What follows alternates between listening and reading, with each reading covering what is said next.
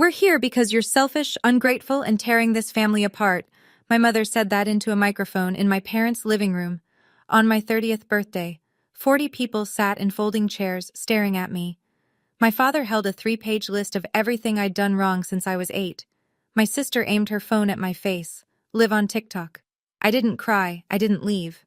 I sat there, waited for them to finish, and then I said 6 words that changed everything. Funny, I've been recording too. What happened in the next 11 minutes ended 6 relationships in that room, and my sister deleted her entire TikTok before she made it to the car. Before I go on, please take a moment to like and subscribe, but only if you genuinely connect with this story. Drop your location and local time in the comments. I'd love to know where you're watching from. My name is Faith. I'm 30. I'm an ER nurse in a small town outside Columbus, Ohio. And this is the story of how my family threw me a surprise intervention for my birthday, and how it became the worst night in Mercer family history. Now let me take you back 3 months before that night, to the phone call I was never supposed to hear. Let me set the scene so you understand what my life looked like before everything fell apart. It's a Friday night. I've just finished a 14-hour shift in the ER, 2 car accidents, a cardiac arrest, and a kid who swallowed a quarter. My scrubs smell like iodine and coffee. I'm sitting in my car in the hospital parking lot, engine off, eyes closed, just breathing. Then I check my phone. 3 messages. Mom. Faith, the insurance bill came. Can you handle it this month? Dad's hours got cut again. Kristen, my older sister. Hey, can I borrow $400? There's an online course I need for my brand. Dad. A photo of a roofing invoice. No words, just the photo. I pull up my banking app and do the math I do every month. Mortgage payment for my parents' house, $1,100. Mom's health insurance supplement, $340. Kristen's car payment, $280. Groceries I drop off on Sundays, around $150. That's roughly $2,100 a month, nearly half my take-home pay. My apartment has 1 bedroom, furniture from IKEA, and a refrigerator with 2 meal prep containers and a half-empty bottle of hot sauce. I drive a 2014 Civic with 130,000 miles. I haven't taken a vacation since I graduated nursing school. 8 years. Not one. And here's the thing. I never complained. Not once.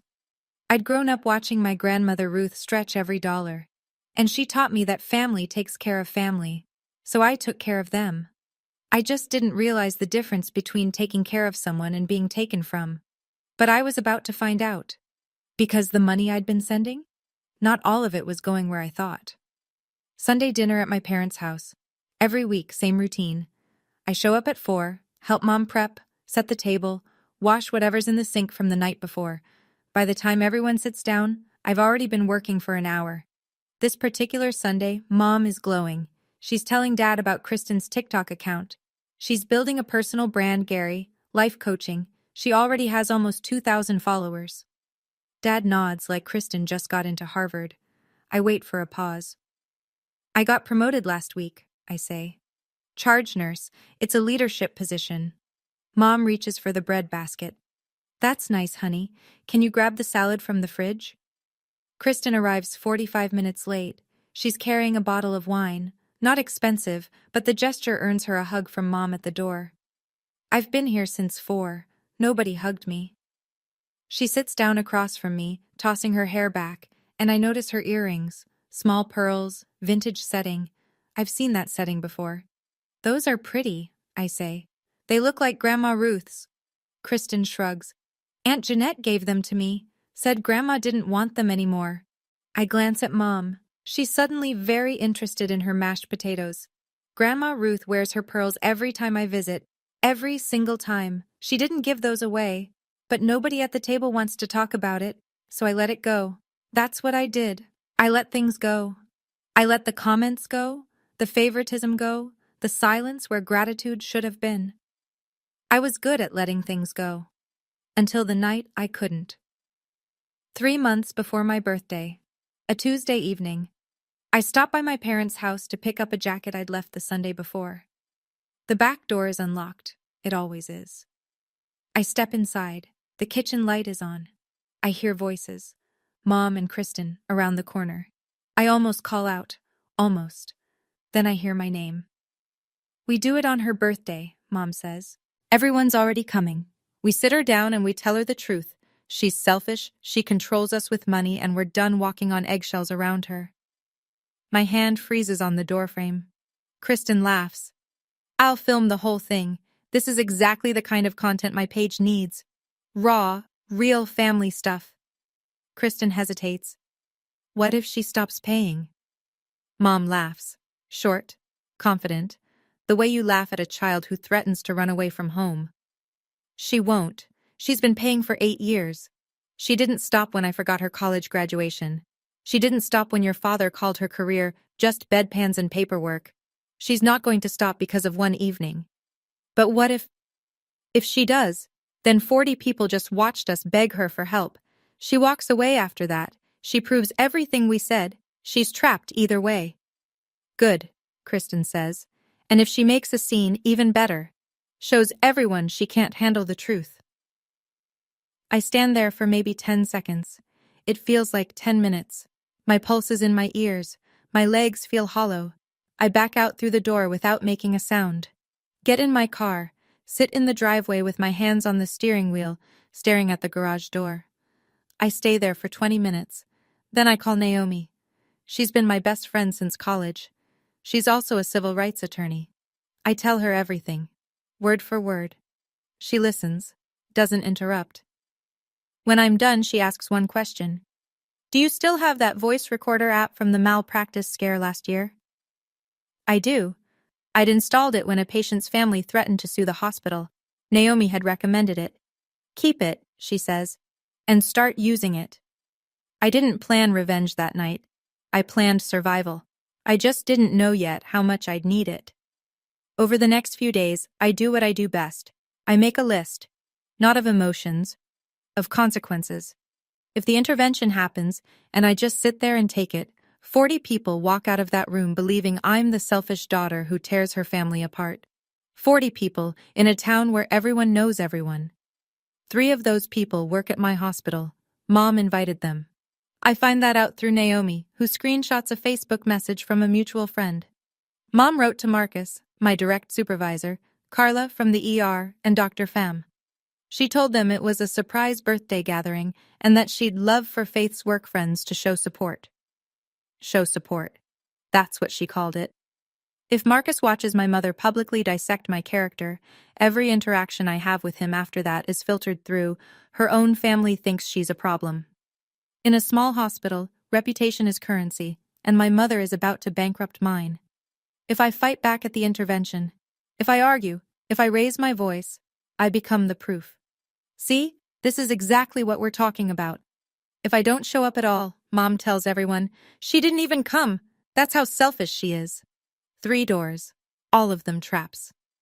I explain this to Naomi over coffee, my hands wrapped around a mug I'm not drinking. She stirs her latte and says, they set the stage. You didn't choose the audience, but you can choose what gets performed. What does that mean? It means you need a 4th door. I stare at her. She stares back. And that's when the plan stopped being about survival and started being about truth. Here's something most people don't know about Ohio. It's a one-party consent state. That means if I'm part of a conversation, or even just present in the room, I can legally record it. Naomi confirmed it twice, so I start recording. Not with a hidden camera, not with anything dramatic, just an app on my phone. I open it before I walk through my parents' door every Sunday, and I close it when I leave. Simple as that. The first week, nothing. Mom talks about a church bake sale, Dad watches football, Kristen doesn't show up. The second week, I'm standing at the kitchen sink after dinner, rinsing plates, when I hear Dad's voice from the garage. The door is cracked. He's on the phone. His voice is different, softer, lighter, like a teenager talking to his first girlfriend. Yeah, Linda. Tuesday works. Diane's got Bible study. I'll tell her I'm picking up parts at the store. A woman's voice on the other end, a laugh, warm, familiar with him. She doesn't suspect anything, Dad says. 22 years and she still thinks I go bowling on Tuesdays. I grip the edge of the sink so hard my knuckles go white. A plate slips, Clinks against the basin. I catch it. Dad doesn't hear. He's still laughing. I finish the dishes. I dry my hands. I walk out to my car, sit down, and look at my phone. The app is running. The waveform is still moving. I wasn't looking for this. I was looking for protection. But a recorder doesn't filter. It catches everything. And apparently, everything in the Mercer house was worth catching. Week 4. I arrive early, 20 minutes before dinner. The front door is locked, so I go around back. Mom's bedroom window is open a crack. Her voice drifts out. She's on the phone, speaker on. I can hear both sides. Gary doesn't know about the $14,000, Mom says. I moved it to my personal account right after Mom's estate sale. He thinks the furniture sold for less than it did. And then Aunt Jeanette's voice, tinny through the speaker. Smart. And the pearls. I already sold the bracelet. Got $800 for it. If Ruth asks, we just say it's at the jeweler being cleaned. Fine, Mom says. Just don't let Faith find out. She's the only one who still visits Ruth every week.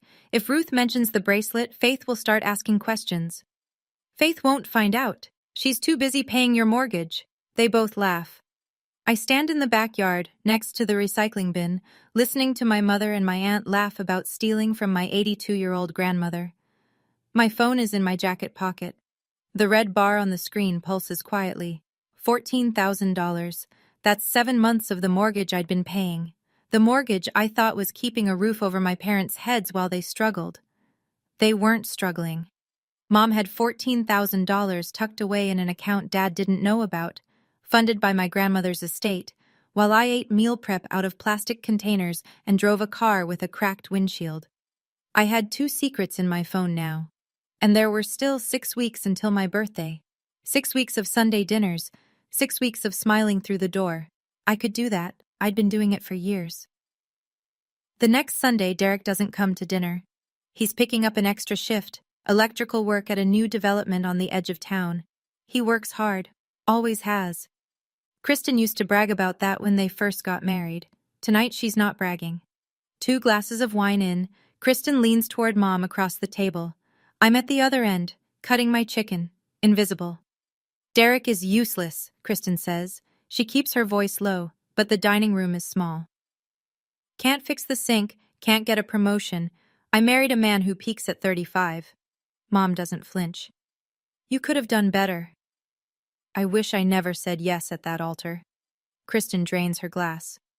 I keep thinking, if I hadn't gotten pregnant that first year, I would have walked. Mom pats her hand. You still have time. Dad's in the living room. Doesn't hear. Doesn't care. I say nothing.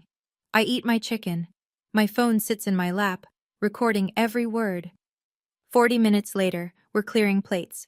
Kristen steps into the hallway, phone to her ear. I hear her voice shift, honey sweet, warm. Miss you, babe. Save me some leftovers, okay? You're the best thing in my life. She hangs up, walks back to the kitchen, pours a third glass. I look at this woman, my sister, who just called her husband useless, who wished she'd never married him, who 10 minutes later told him he was the best thing in her life.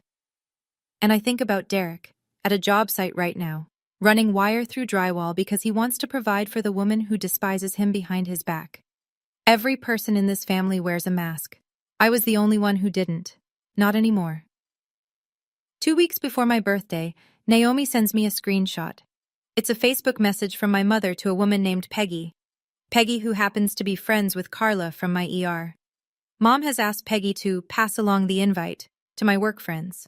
The message reads, "We'd love for Faith's work friends to be there. It's a special evening. We want the people who matter most to her to show their support." I stare at that phrase, show their support. Then Naomi sends a second screenshot. Mom messaged Marcus directly. Marcus, my supervisor. The man who signs off on my schedule, my evaluations, my future at that hospital. Marcus, you've known Faith for years. I think it would mean the world to her if you came. My hands are shaking. This is the first time in this entire process my hands shake. I call Naomi. My voice cracks once, and then I steady it. She invited Marcus, and Carla, and Dr. Pham. Silence on the line. That changes things, Naomi says. That's my career, Naomi. If Marcus sits in that living room and watches my mother call me selfish and ungrateful, if he sees my father reading a list of my sins like I'm on trial, he'll never see me the same way. Nobody will. Then we don't just survive the night, Naomi says. We make sure the truth is louder than their script. I close my eyes, take a breath, the kind I take before a code blue. Deep, deliberate, separating the panic from the protocol. My mother weaponized my birthday, my living room, and my workplace, all in one invitation. She thought she'd covered every angle. She didn't know about the fourth door. Naomi and I sit in her car outside a coffee shop 10 days before my birthday. Engine off, rain on the windshield. Ground rules, Naomi says. She counts on her fingers. 1. You walk in like it's a normal party. You smile. You greet people. You don't signal anything. Okay. 2. When they start, you let them talk. All the way through. Don't interrupt. Fine. 3. When they finish, you ask to speak privately. One time. Calmly. Clearly. Can we discuss this in private, just the family? And if they say no? That's rule 4. If they refuse to stop, if they insist on doing this in front of 40 people, then the recordings play. Their choice, their stage, your truth. I nod. Ohio is one-party consent, she says for the third time. You were present for every conversation you recorded. It's legal. The consequences are social, not criminal. Nobody goes to jail, but nobody hides either. I look down at my phone. 4 files in a folder I've labeled insurance. Not because I'm being clever, because that's what they are. File 1, Dad and Linda. File 2, Mom and Aunt Jeanette, the money and the jewelry. File 3, Kristen on Derek. File 4, Mom and Kristen planning the intervention. I back them up to cloud storage, send copies to Naomi's email. One more thing, Naomi says. She reaches into the back seat and sets a small Bluetooth speaker on the console, black, the size of a soda can. Your phone speaker won't cut it for 40 people. I pick it up. It's light. It doesn't look like much. You don't have to yell, she says. You just have to press play. I hope I won't need it, but I've stopped hoping for much when it comes to my family. Saturday morning, one day before my birthday. I drive 40 minutes to Maple Ridge, the assisted living facility where Grandma Ruth lives. Her room smells like lavender lotion and old books. She's sitting by the window in her wheelchair, working a crossword puzzle with a pen. Not pencil. Pen. That's Grandma Ruth. There's my Saturday girl, she says when I walk in. I pull up a chair. We do what we always do. She tells me stories about Grandpa Earl. I bring her butterscotch candies. We watch 15 minutes of Wheel of Fortune together even though it's a rerun. So, she says during a commercial, big birthday tomorrow. Your mother planning something? She is. Good. She adjusts her reading glasses. I hope she's being kind about it. I don't answer. Grandma reaches over and takes my hand. Her skin is thin as paper, but her grip is firm. Your grandfather always said the Mercer women are loud, but the strong ones are quiet. I squeeze back. Then she asks about the jewelry, casually, the way she asks about everything, like she already knows the answer but wants to see if you'll tell the truth. Jeanette was supposed to bring my bracelet last month, Pearl 1, with the clasp. Haven't seen it. I swallow hard. I know that bracelet was sold for $800. I know because I heard my aunt say it out loud while my mother laughed. I'm sure it'll turn up, Grandma. She studies my face, doesn't push. When I leave, she sends me a text message. She just learned how to use the phone I bought her last Christmas. The message is full of typos. It reads, "Whatever they do tonight, remember who raised you on Saturdays. I am proud of you, always." I sit in my car and read it 3 times. Saturday evening. Naomi comes over to my apartment with takeout and the Bluetooth speaker. We eat pad thai on my couch, the one piece of furniture I actually like, and she walks me through the logistics one more time. Speaker connects to your phone in 3 seconds, she says, holding it up. I tested it at my office. Clear audio from across the room. I'll keep it in my purse with the top unzipped. Where will you sit? Back row, close to the door. If things go sideways, I'm right there. I pick up the speaker. It's so small, a little cylinder of black plastic. Tomorrow night, it might be the loudest thing in the room. If I don't use it, I say, we go home, we eat cake, and I spend my 30s in therapy. Naomi doesn't laugh. And if you do use it? Then at least the right people are embarrassed for once. She pauses, chopsticks midair. Faith, I need you to hear this. Once you press play, you can't unring that bell. Your dad's affair, your mom's money, Kristen and Derek, all of it, out in the open, in front of everyone. There's no version of tomorrow night where things go back to normal. Naomi. Normal is me paying their mortgage while they plan a public humiliation. Normal is my sister calling her husband useless and then filming my intervention for content. Normal was never good. She nods, slowly. We sit in silence for a minute. The apartment is quiet.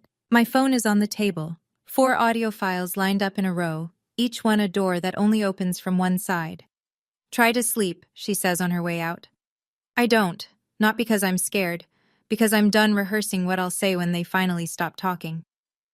2 a.m., I'm sitting on my bed with the lights off, earbuds in, listening to the recordings one last time. File 1. Dad's voice, loose and careless. Tuesday works, Linda. Diane's got Bible study. His laugh. A laugh I never hear at the dinner table. File 2. Mom and Jeanette. Gary doesn't know about the 14,000. And then Jeanette, smooth as syrup.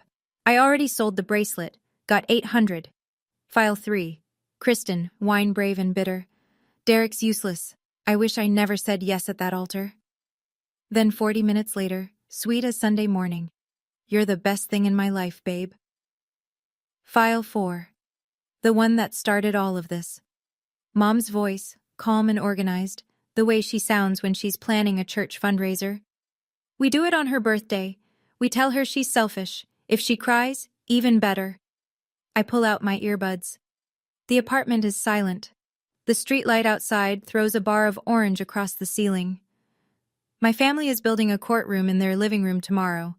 They've written the charges, invited the witnesses, rehearsed the testimony. They've even hired a camera crew, my own sister, live streaming my trial for strangers on the internet. And they have no idea the defendant has more to say than anyone in that room wants to hear. I plug my phone in, set my alarm for 9, close my eyes. Tomorrow is my birthday. 30 years old. I used to think turning 30 would feel like a milestone, a celebration, a beginning. Instead, it feels like a verdict. But here's what they don't know. The verdict isn't mine. It's theirs. Okay. Let me step outside the story for a second. I want to be honest with you. The night before, I almost didn't go. I almost packed a bag and drove to Naomi's apartment and spent my birthday eating ice cream and pretending none of it was happening. But here's what stopped me. If I don't show up, they tell the story without me. 40 people hear their version, and I become the villain who couldn't even face her own family. So let me ask you, what would you have done? Would you have walked into that room? Or would you have stayed home? Tell me in the comments. All right, let me take you to the night itself. I pull into my parents' driveway at 6:15. Cars are lining the street in both directions. I count 11, 12, more than a birthday dinner, more than a surprise party. My phone is charged. The app is open. The speaker is already paired. I smooth my blouse. Check my reflection. Take one breath. Walk in through the front door. The living room has been rearranged. The couch is shoved against the wall. The coffee table is gone. In its place, 4 rows of folding chairs, maybe 10 across, facing a single point at the front of the room where a microphone stands on a chrome tripod stand. Behind it, taped to the wood paneling, a banner, white butcher paper, blue marker, block letters. We love you enough to tell the truth. No cake, no streamers, no presents. I scan the room, 40 faces, some smiling nervously, some avoiding my eyes. I spot them one by one. Marcus, my supervisor, in the second row, arms crossed. Carla beside him, clutching her purse. Dr. Pham near the back, looking confused. Neighbors I've known since childhood. 2 of Mom's Bible study friends in matching cardigans. Cousins I see once a year at Thanksgiving. Kristen's college roommate. And there, in the far corner, Kristen, Standing behind a tripod, phone mounted, red dot blinking, she's live. Naomi is in the last row near the door, her purse on her lap. The zipper open 2 inches. She gives me the smallest nod. I look at the microphone, at the banner, at 40 people who came to watch my family put me on trial. Then I look at the one empty chair in the front row, center, facing the crowd, my seat. I sit down. Mom steps up to the microphone. She's wearing her good blouse, the cream one she saves for church. Her hands are steady. She smiles at the room the way she smiles at potluck dinners, warm and practiced. "Thank you all for coming," she says. "I know this isn't what Faith expected tonight, but as a family, we decided it was time to be honest." She pulls a folded sheet of paper from her pocket, opens it slowly. "Faith, honey, we love you, but we can't keep pretending everything is fine." She reads. She tells the room I'm selfish, that I hold money over their heads like a weapon, that I decide when and how much I give like we're a charity case. She tells them I'm cold, that I never call my father on Father's Day. She doesn't mention that Dad hasn't answered his phone on Father's Day in 3 years because he's always out picking up parts. She tells them I'm tearing the family apart, that Sunday dinners have become tense because of my attitude. She pauses, looks at me with practiced tenderness. "We're not doing this to hurt you, Faith. We're doing this because nobody else had the courage." The room is dead quiet. I hear a folding chair creak. Someone coughs. Marcus uncrosses his arms and leans forward. He's watching. I can feel it. 2 of Mom's Bible study friends are nodding along. The woman in the green cardigan dabs her eyes. She's buying every word. I sit perfectly still, hands on my knees, face neutral. The way I look when a patient's family is yelling at me in the ER, calm, present, absorbing, because Mom isn't finished. And neither is Dad. Dad stands up. He doesn't look at me. He reaches into his shirt pocket and pulls out 3 pages. Lined paper, folded in thirds, covered in handwriting. I recognize the handwriting instantly. It's not his. It's Mom's. She wrote the list. He's just the delivery man. He clears his throat. "Faith, your mother and I, we made this together. It's a record of patterns, things we've noticed." He starts reading. "Faith, age 8, broke the kitchen window playing ball and lied about it." I didn't break that window. Kristen threw a softball through it. I was in the backyard, and I was the one who got blamed because Kristen cried first. "Faith, age 13, told her aunt she didn't want to go to church camp." Correct. Because church camp was in July and I had a summer reading program at the library. Mom said I was being difficult. "Faith, age 15, refused to let Kristen borrow her car for prom." I was 15. I didn't have a car. Kristen wanted Mom's car. Mom said no. I got blamed. "Faith, age 22, moved out without asking permission." 22, moved out. Without asking permission. He reads for 7 minutes. 7 minutes of childhood scraped off a bone, held up under a fluorescent light in front of 40 people. Nobody interrupts. A few people shift in their seats. Carla has her hand over her mouth. Derek, Kristen's husband, is staring at his shoes. Dad folds the pages, looks up for the first time. "We raised you better than this, Faith." He sits down. The room waits. I wait. I let 10 seconds pass in silence. Let it settle. Let every single person in that room feel the weight of what just happened. Then I stand. The chair scrapes behind me as I rise. Every head turns. Mom. Dad. My voice is level, steady, calm. "I hear you. I appreciate that you feel strongly. Can we talk about this privately? Just the 4 of us?" Mom shakes her head before I finish the sentence. "No. This is exactly why we're doing it here. Because privately, you shut us down. These people are witnesses." "Witnesses," I repeat. "Sit down, Faith," Dad says. From the corner, Kristen's voice. "Just let them finish. This is good for you."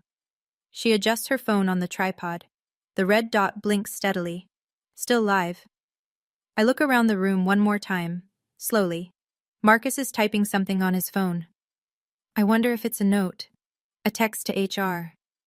A message to a colleague. "You won't believe what I'm watching right now."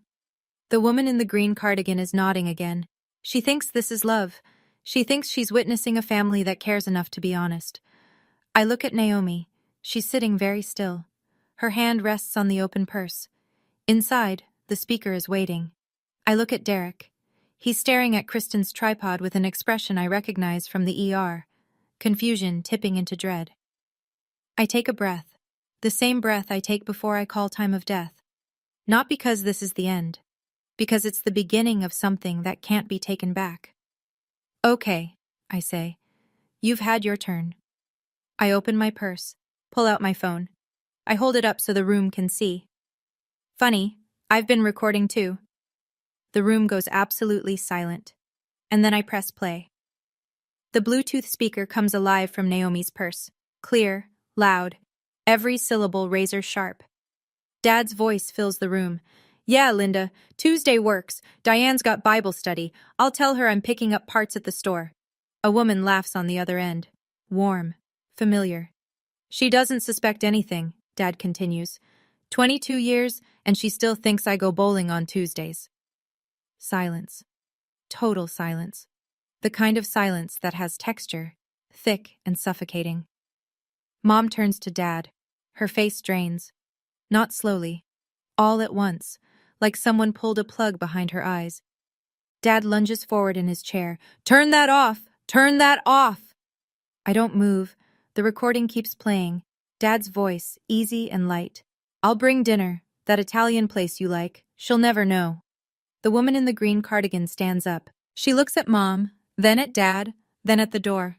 She picks up her coat and walks out without a word. Her friend follows. Mom's hand grips the back of a folding chair so hard her knuckles turn yellow-white. She's staring at Dad, not at me. At him. Gary, she whispers. Diane, it's not. You have to understand. 22 years? Her voice cracks. Bowling? The room is vibrating. People are looking at each other, looking away, looking at the floor. Marcus has put his phone face down on his thigh. I touch my screen. The recording stops. I look at the room. My voice is even. Calm as a chart note. That's recording 1. I pause. There are 3 more. Nobody breathes. Nobody moves. The banner behind me, "We love you enough to tell the truth," has never been more ironic. I press play on the second file. Mom's voice this time, confident, conspiratorial, the tone she uses when she thinks no one important is listening. Gary doesn't know about the $14,000. I moved it to my personal account right after Mom's estate sale. He thinks the furniture sold for less. And then Aunt Jeanette, tinny through the speakerphone in the recording. Smart. And the pearls. I already sold the bracelet, got $800 for it. If Ruth asks, we just say it's at the jeweler being cleaned. Dad turns to Mom. His face is a wreck, half guilt from the first recording, half fury from the second. $14,000, he says. From Ruth's estate? You told me the auction brought in $4,000 total. Gary, that's taken out of context. Aunt Jeanette is in the 3rd row. She bolts to her feet like the chair burned her. Diane, you told me no one would ever find out. The room erupts, not screaming, murmuring, a low, rolling wave of whispered disbelief. A cousin I barely know leans toward Jeanette. You sold Grandma Ruth's bracelet? The pearl one? Jeanette's mouth opens, closes, opens again. Nothing comes out. Mom's Bible study friend, the second one, the one who stayed, stands up now, clutching her purse. She looks at Mom with an expression I can only describe as revision, like she's rewatching every conversation they've ever had through a new lens. She leaves. Dad is gripping his knees.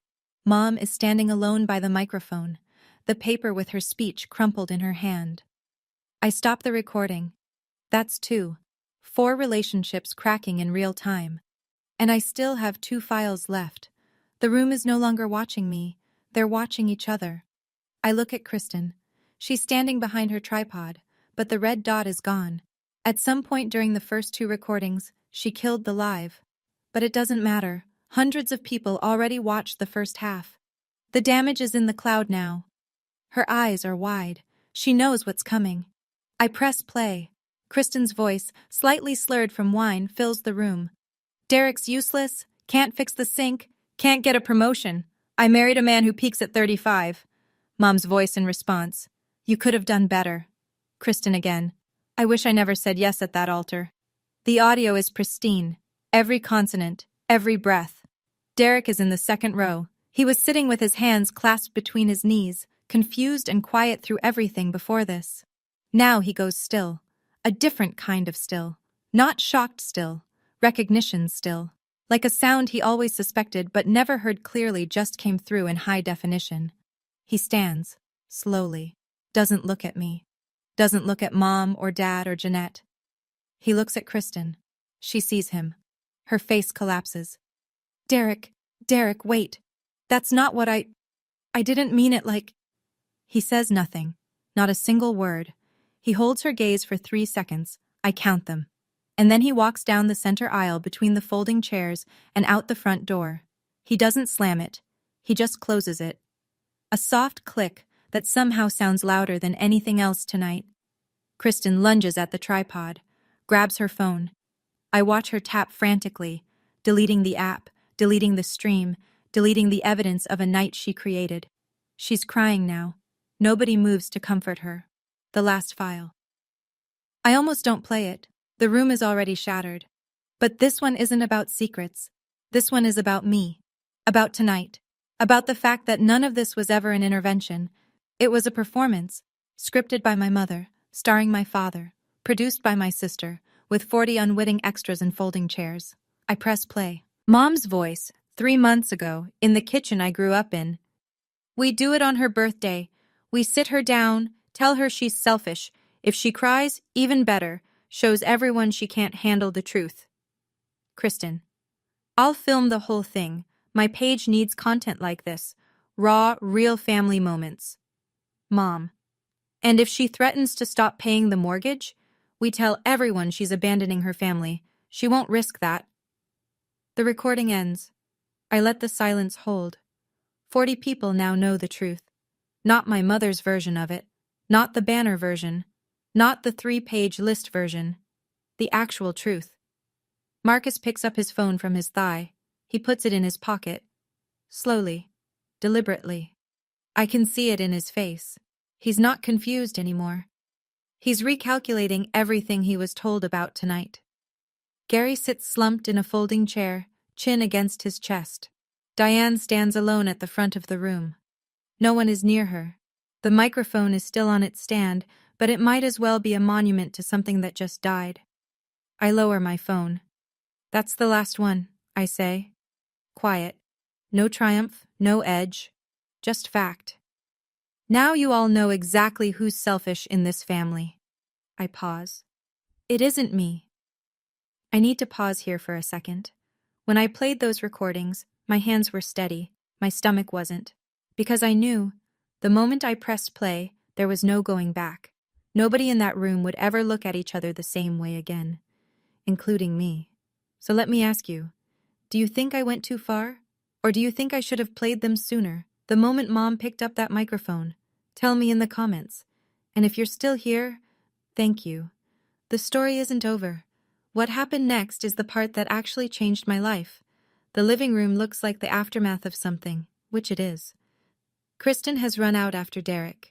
Jeanette is sitting with her arms wrapped around herself, eyes on the carpet. Dad is at one end of the room. Mom is at the other.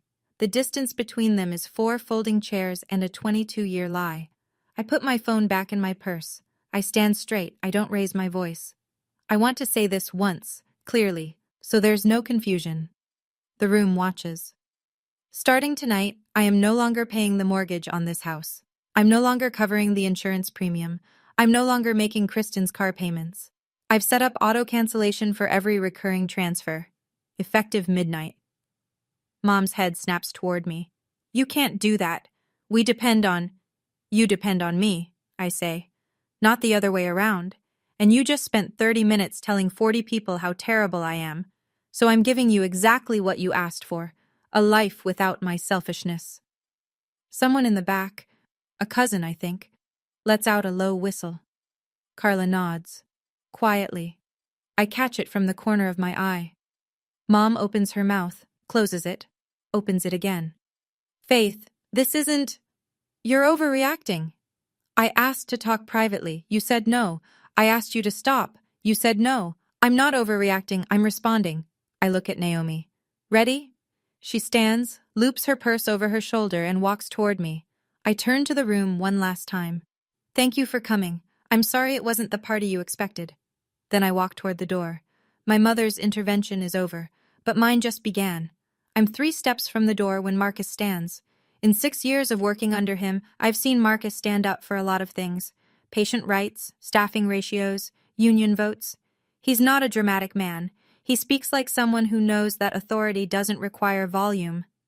Faith. I stop. He buttons his jacket, takes 1 step into the aisle. I've worked with you for 6 years. I've seen you hold a dying man's hand at 3 a.m. and chart his vitals at 3:15 without missing a beat. I know exactly who you are. He pauses. This doesn't change anything at my hospital, except maybe my respect for you just went up. He says it at normal volume. But in this room, at this moment, it lands like a verdict. Carla stands next. She grabs her coat.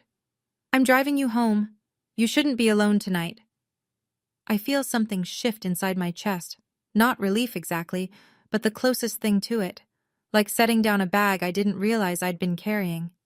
I pass Mom on the way out. She grabs my sleeve. Her fingers are trembling. Faith, please. I stop. Look at her hand on my arm, then at her face.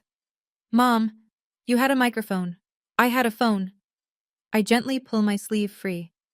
The difference is, mine told the truth. I walk out the front door. I don't slam it.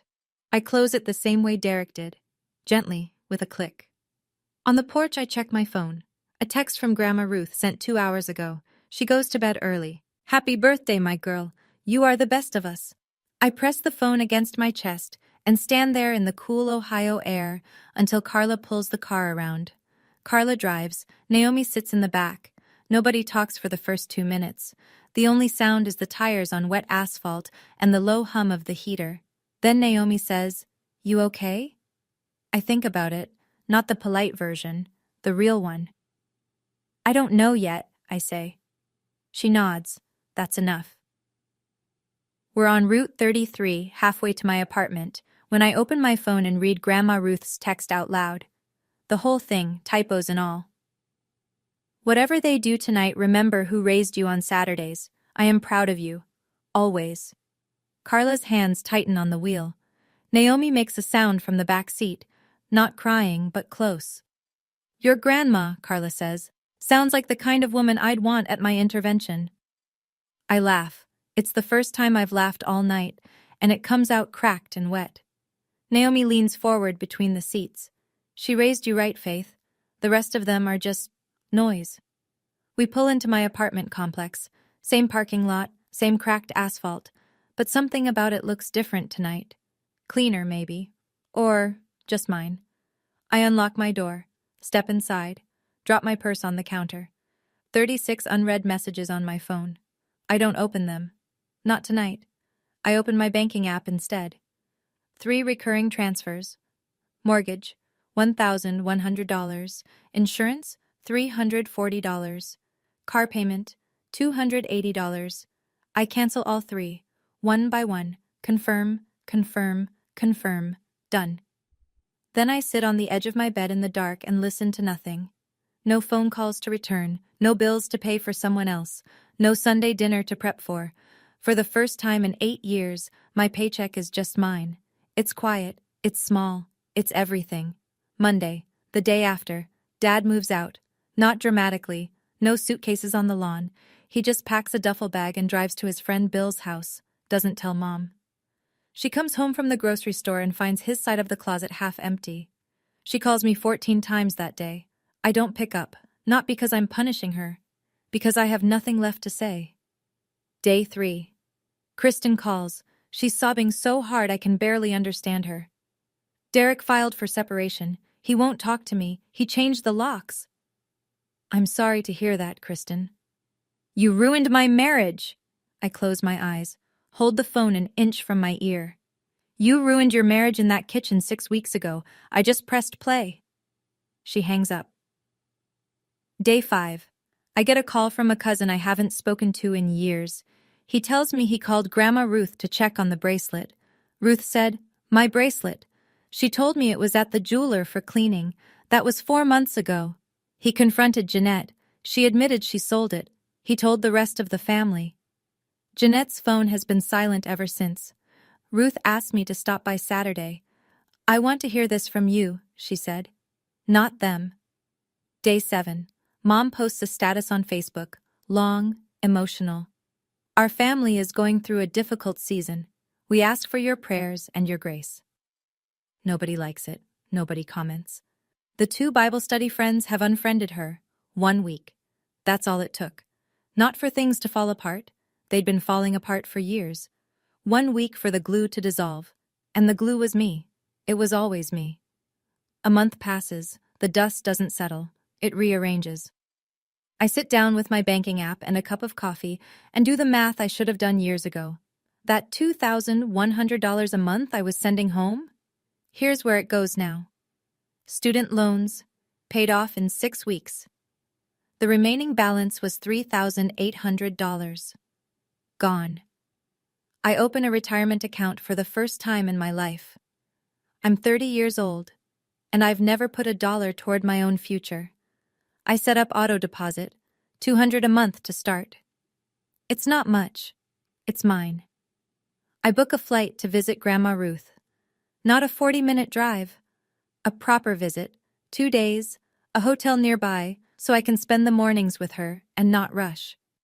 At the hospital, nobody brings up that night. Not once. Marcus greets me the same way he always does. Brief nod, straight to business. But he assigns me to the new trauma protocol committee. It's extra responsibility. It's also trust. I'll take it. Carla and I start having lunch every Wednesday. We never had before. She tells me about her daughter's soccer games. I tell her about Grandma Ruth's crossword addiction. Normal things. Easy things. One Saturday, I walk into a hardware store and buy a pothos plant. $5. I set it on my kitchen counter, in the spot where my phone used to sit, while I calculated how much I owed everyone else. Naomi texts me that evening. "How does freedom taste?" I take a photo of the plant and send it back. Like a $5 plant from the hardware store. She sends a row of laughing emojis. I smile at my phone in my empty apartment, and it doesn't feel empty at all. 6 weeks later. I walk out of the hospital after a double shift. My feet hurt. My scrubs smell like antiseptic. I'm thinking about leftover pasta and my couch. Then I see her.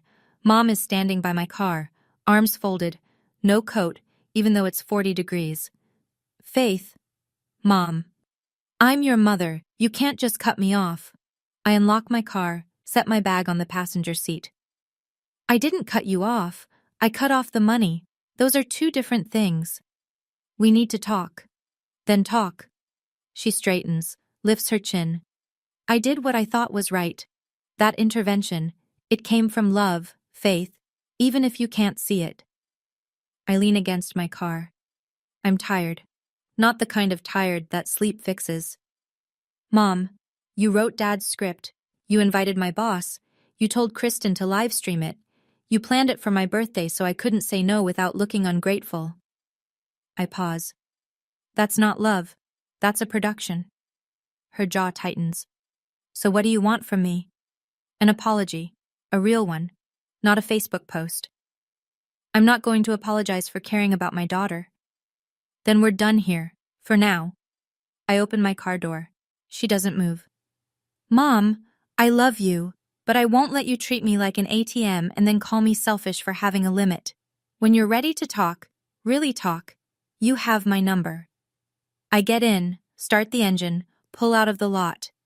In the rearview mirror, she's standing where I left her, getting smaller. I cry on the drive home, first time since that night, not from regret, from loss. Loving someone and accepting their abuse are 2 different things. I chose love. I just stopped accepting the rest. So let me tell you where everyone ended up. Dad and Mom separated officially. Dad's living in a 1-bedroom apartment near the hardware store on 5th. He called Linda after the party, the woman from the recordings. She didn't pick up. Turns out Linda has a husband, 2 kids, and a mortgage of her own. Dad was her Tuesday distraction. Nothing more. He lost his wife and his fantasy in the same night. Kristen and Derek finalized the divorce 3 months later. Derek kept the house. His name was on the mortgage, his payments, his credit. Kristen moved back in with Mom. 2 women in a 3-bedroom house with nothing to say to each other. She deleted her TikTok permanently. All the raw, real family content, gone. Jeanette tried to avoid the bracelet situation. She couldn't. Grandma Ruth called her directly. I was there for that conversation, sitting in Ruth's room at Maple Ridge, and told her, I want the money or the bracelet, pick one. Jeanette doesn't have either. She spent the $800. The family barely speaks to her now. Mom still calls me. Not every day, not every week. Sometimes she texts, thinking of you. Sometimes I respond. Sometimes I don't. There's no schedule, no obligation, no autopay. And me? I'm 31 now. I still work at the hospital. I still drive the Civic, though I fix the windshield. I still visit Grandma Ruth every Saturday. I still eat meal prep. But the containers are better now. Glass, not plastic. Small upgrade. Mine. I didn't destroy my family. The truth did. I just gave it a microphone. And maybe that sounds cold. But here's what I've learned. The truth doesn't destroy strong things. It only destroys the things that were held together by lies. Let me talk to you directly for a minute. I'm not telling you to go record your family. I'm not saying you should cut people off or make a scene at your next holiday dinner. Every family is different. Every situation has its own weight. But if you're listening to this and something feels familiar, if you're the one paying bills for people who call you ungrateful or showing up early to set the table while someone else shows up late with a bottle of wine and gets the hug, I want you to hear this. You are not selfish for having a limit. You are not ungrateful for expecting respect. And you are not tearing your family apart by refusing to hold it together at your own expense. Boundaries aren't walls. They're doors. You decide who walks through and when and under what terms. That's not cruelty. That's clarity. My grandmother sent me a text the night of my birthday. I've read it probably 200 times since then. Whatever they do tonight, remember who raised you on Saturdays. She raised me on Saturdays because my parents were too busy, too distracted, too focused on everything that wasn't me. She taught me how to do a crossword in pen. She taught me that strength doesn't have to be loud. She taught me that loving someone doesn't mean you let them bleed you dry and then blame you for the stain. I used to think standing up for yourself meant shouting, slamming doors, making a scene. It doesn't. Sometimes it means sitting quietly in a folding chair while 40 people stare at you and waiting, patiently, calmly, for your turn to speak. And when your turn comes, you don't yell, you just press play. Last week was my 31st birthday. Naomi came over. Carla brought her daughter. 2 friends from the hospital. 1 neighbor who always says hi in the hallway and finally got a proper invitation. 6 people. My apartment. A cake from the bakery on Maple Street. Lemon with cream cheese frosting, because that's what Grandma Ruth always ordered for my birthdays when I was little. The candles were crooked. Nobody fixed them. Nobody read a list of my faults. Nobody set up a microphone. Nobody pointed a camera at my face. Grandma Ruth called on FaceTime. She sang happy birthday, off-key and off-rhythm, and everyone in the room sang along, and it was the most beautiful mess I've ever heard. I blew out the candles. Naomi cheered. Carla's daughter asked if she could have the corner piece with extra frosting. I said yes. 1 year ago, 40 people sat in my parents' living room to tell me who I was. This year, 5 people sat in my apartment, and nobody needed to say a thing, because they already knew. I washed the dishes after everyone left, stood at the sink, warm water, quiet apartment, plant on the counter. The same counter where I used to calculate transfers. My name is Faith Mercer. I'm 31 years old. I'm an ER nurse in a small town in Ohio. I pay my own rent, my own bills, my own way. And for the first time in a very long time, I like the woman blowing out those candles. The best birthday gift I ever gave myself was the truth. The second best was silence. And the third, the one I'm still unwrapping, is the sound of my own life, finally, with nobody else's noise in it. If you made it all the way here, thank you, genuinely. This story wasn't easy to tell, and I know it wasn't easy to hear, but if you've ever had to set a boundary with someone you love, if you've ever had to choose between keeping the peace and keeping yourself, you're not alone. I'd love to